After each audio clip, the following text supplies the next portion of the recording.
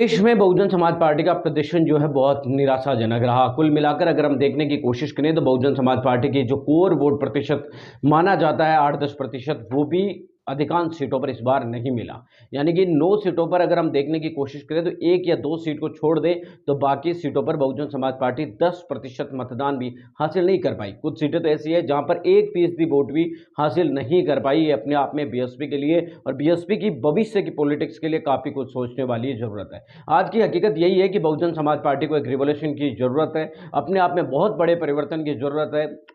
और पिछले कई सालों से लगातार जिस तरीके के चुनावी नतीजे सामने आ रहे हैं, वर्तमान परिस्थितियाँ यही कहती है कि बहुजन समाज पार्टी आगे वो आज की हालात के अंदर वापसी करने की कहीं भी कवायद में नज़र नहीं आएगी। भले ही कुछ लोग अपने दिल को बहलाने के लिए, अपने मन को बहलाने के लिए 2027 का दावा करें कि हम 27 में वापसी करेंगे, लेकिन अगर आज की वर्तमान जो परिस्थितियाँ हैं, अगर वही परिस्थितियाँ रहती है तो 27 में आपको प्रत्याशी मिलना भी बहुत मुश्किल हो जाएगा। 400 सीटों के ऊपर आप ज़बरदस्ती प्रत्याशी है वो खड़े करने पड़ेंगे। आपके पास खुद चलकर आने वाले प्रत्याशियों की संख्या भी नहीं बचेगी। ऐसे में बहुजन समाज पार्टी के पास आज की तारीख में यही है कि वो अभी से ग्राउंड लेवल के ऊपर आपको बता दें कि तैयारी करें, और जिस तरीके से न केवल जो ये मंडल प्रभारी, कोऑर्डिनेटर वगैरह है इनके भरोसे, बल्कि खुद बहन मायावती जी के भरोसे पर ही बहुजन समाज पार्टी वापसी कर सकती है, या फिर ऐसा कोई अप्रत्याशित लीडर बीएसपी से निकल कर आए जिस पर लोग भरोसा कर सके और वो अपनी मेहनत से लोगों को भरोसा करवाए,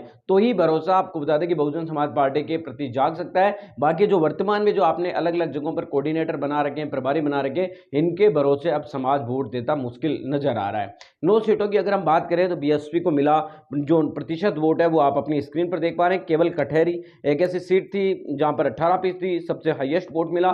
बीएसपी के लिए अच्छा गढ़ माना जाता रहा है बहुजन समाज पार्टी। इसके अलावा मजुआ के अंदर भी उनको 17.32% वोट मिला। इसी तरीके से फूलपुर के अंदर 11% वोट मिला। बाकी सभी सीटों के ऊपर यानी 6 सीटों के ऊपर बहुजन समाज पार्टी 7% के आसपास ही वोट हासिल कर पाई, जिसमें मीरापुर में केवल मात्र 1.75%, कुंदरगी में 0.5% यानी आधा प्रतिशत उन्हें वोट मिला, 1% भी नहीं मिला।